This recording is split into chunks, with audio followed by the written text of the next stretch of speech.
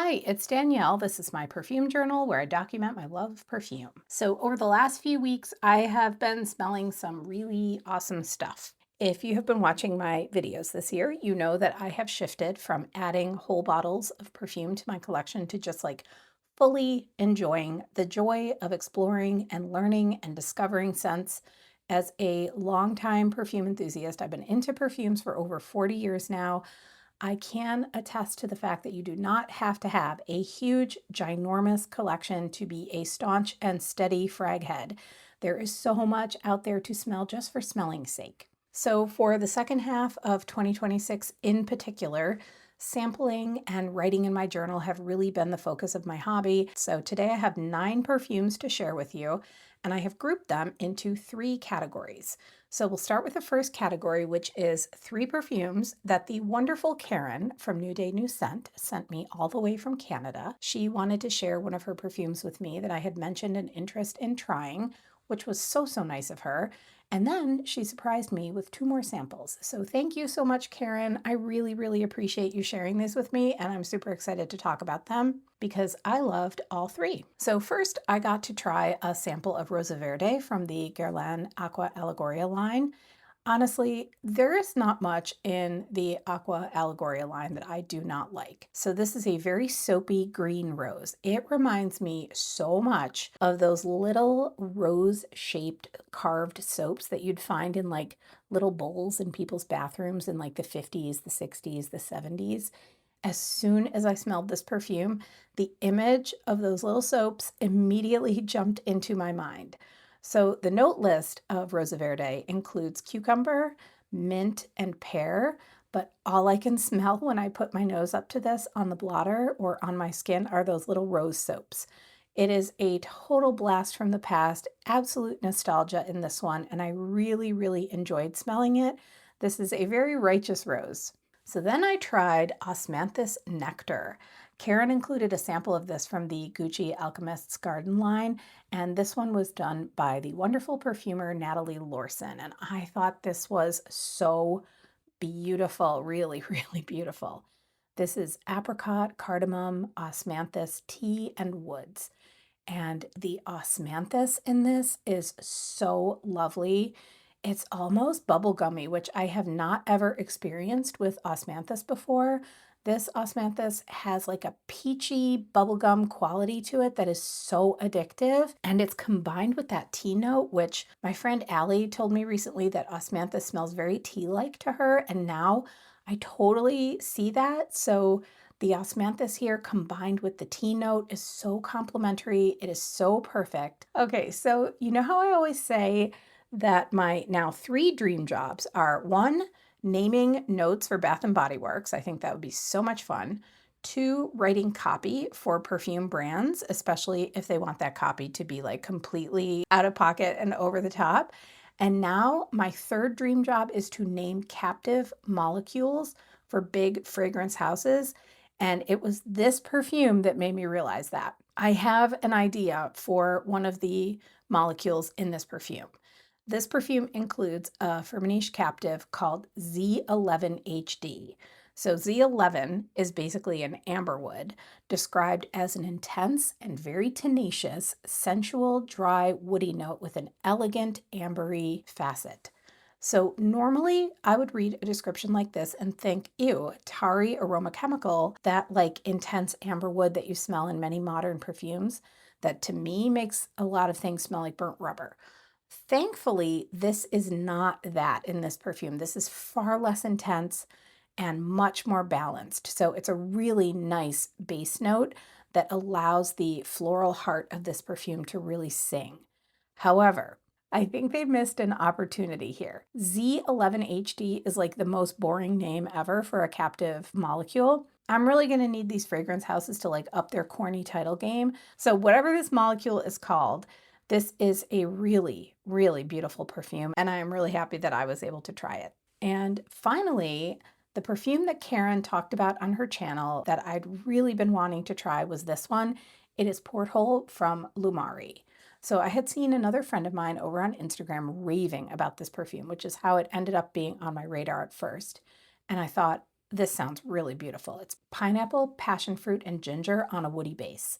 So there are also caramel and iodine notes in this, and they gave me some pause. I can understand that the iodine note is there to give the perfume like a slightly metallic, slightly salty, aquatic quality, but I have to admit, when I see notes like iodine, I automatically think that the brand is like trying too hard to be edgy or different. And since I don't generally like caramel, I was also iffy on how the sweetness would come across in this perfume, but I have to say, I really liked this perfume, so much so that I wore it 2 days in a row. This is not an edgy tropical aquatic. It's just a really nice smelling one. It is tart passion fruit, a little bit of salt, and this lovely warm sweetness that does not smell like literal caramel to me at all. In the dry down, the pineapple is much more prominent, but the tart passion fruit is really the hero note of this scent. And I love a tart note in a perfume. Grapefruit, pomelo, blood orange, passion fruit, rhubarb, blackcurrant. I love perfumes that have that like mouth puckering quality to them. And you definitely get this in Porthole, but with balance. So to me, this smells like passion fruit saltwater taffy, and it is great. So I really am so thankful to you, Karen, for the opportunity to try all of these perfumes. I so appreciate it. And I now really understand why Porthole is a favorite in your collection. It's great. Okay, so the next 3 perfumes I'm going to talk about are all affordable gems that I sampled this month, thanks to my friend Allie. These were all perfumes that I had been wanting to try, and she hooked me up. So thank you, Allie. Before I even get into describing them, I will say that as a lover of affordable gems, designer, and celebrity perfumes, if I were not downsizing my whole entire life right now, I would be adding all 3 of these perfumes to my collection immediately. They tick all the boxes of what I love in a good, affordable perfume. They are perfumey. They are easy reach daily drivers. They have great sillage and scent bubbles. They are just really nice smelling fragrances, and I love just a nice smelling fragrance. And they are all sweet, fruity florals.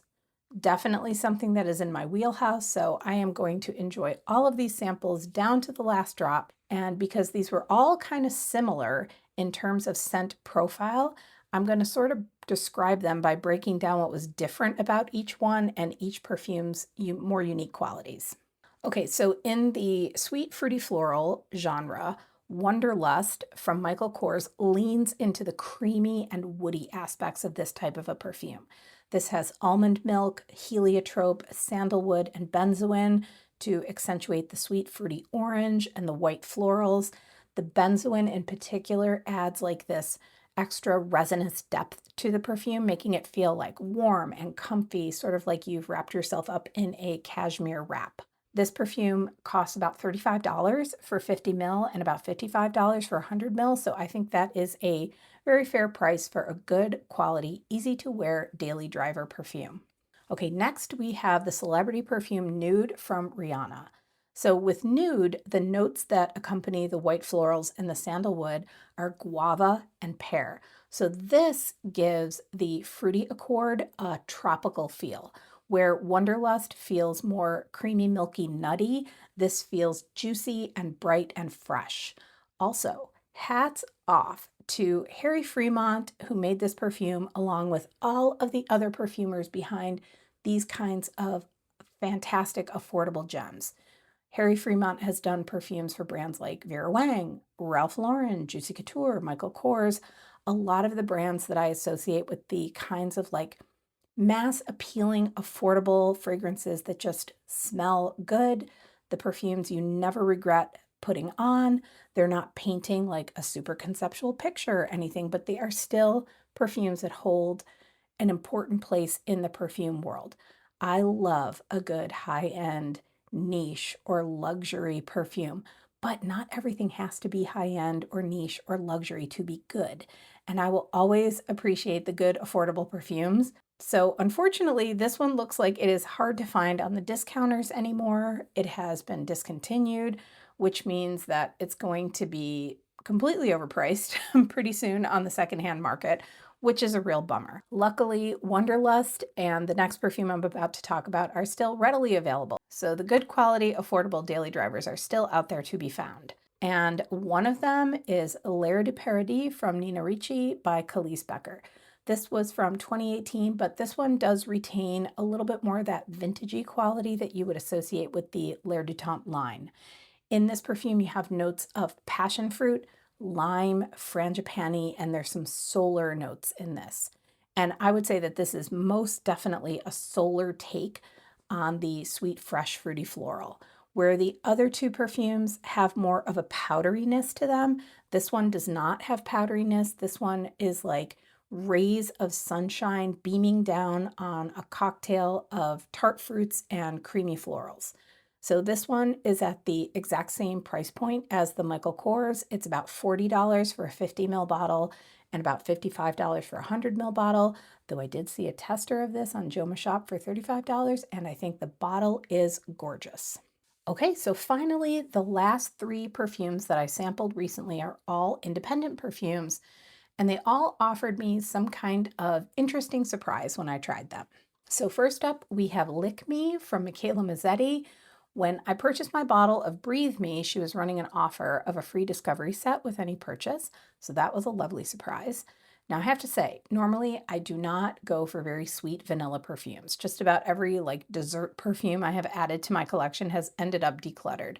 I decluttered Bianco Latte, I decluttered Buontalente from Perfume di Firenze, which is the Italian version of like a banana split perfume. I decluttered Vanilla Sky from Skylar. I decluttered Vanilla Bourbon from Mix Bar. They're all gone. But I will say, even though I am not much for a dessert vanilla, this one is so pretty, and I am definitely going to wear the whole sample. This is vanilla ice cream, powdered sugar, waffle cone, and a little bit of powdery iris. So this feels like Bianco Latte with a breeze running through it. And what I have learned is that all of Michela Mezzetti's perfumes do have this really nice airy quality to them. The quality makes this perfume in particular feel cool and light and wearable. It doesn't feel thick or heavy or overpowering at all.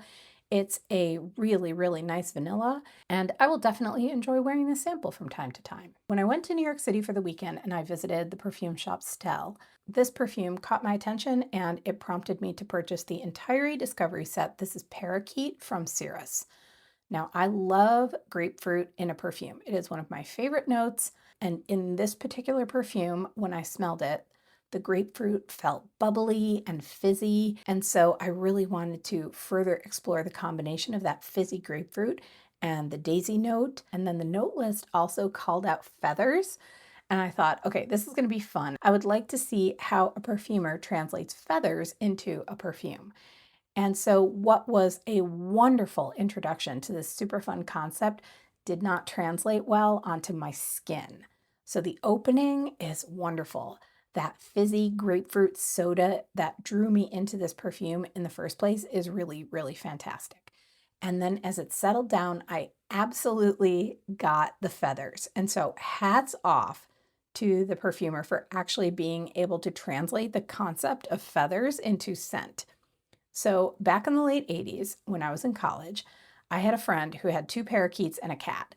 And she once asked me to watch them when she went on vacation, and I did. And somehow, after she came back, the parakeets ended up being mine. She asked me if I would take them because she couldn't keep them anymore. And of course, animal person that I am, I said yes. And one thing I will never forget about them is the smell of their feathers. Bird feathers have a very specific smell. It's kind of like airy and musky all at once, almost like sweaty skin, but not in a bad way. You know the way skin smells when you have been outside doing light yard work or something? That is what a bird's feather smells like to me. So it turns out I love this smell on a bird, but I do not want to smell like a bird. However, I will very much enjoy having this sample to spritz on a blotter from time to time to remind me of my little birds, Romeo and Juliet, who came to live with me once upon a time. And finally, we have Forbidden Bloom from Mabelle Orama. So this perfume is centered around 2 beautiful florals, gardenia and frangipani. So it opens up to me smelling like banana Laffy Taffy and Bubble Yum Bubblegum had a baby, which is awesome. It holds on to that fruitiness and juiciness for quite a while, along with the big, fat, fleshy petals of the florals. And then there is also this very noticeable solar quality to this perfume. So if I had to describe solar in a perfume, to me, it is the actual scent of sunbeams. It almost has like a buzzy quality to it, as if you could hear scent.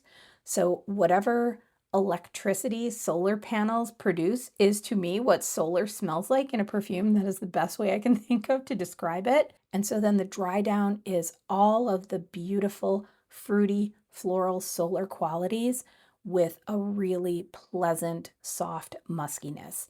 There's coffee listed as a note in this, but I did not pick it up as an individual note. However, I will say whatever material is in this, maybe it's like a dose of coffee absolute, it's adding a warmth to the kind of salty muskiness in the base, which I find really, really appealing. So I am really enjoying this sample of Forbidden Bloom. I was planning on wearing this to a barbecue pool party that was rained out, unfortunately, but I would say that this would be the perfect scent to wear to an event like that. It's really, really nice, and I'm very excited now to smell the other two samples in the Mabelle Aroma Discovery set. Okay, so this is what I have been smelling lately. This is what I've been thinking about and writing about in my perfume journal. And if you have tried any of these perfumes, I would love to hear your impressions or what you get when you smell them. Thank you so, so much for watching. Thanks for spending your time here with me. Thanks for chatting perfumes with me in the comments. If you are subscribed to the channel, thank you so much. I really appreciate your support. And if you are not subscribed and would like to, that would be so cool. I hope you have a really great day, and I'll see you in the next video. Bye.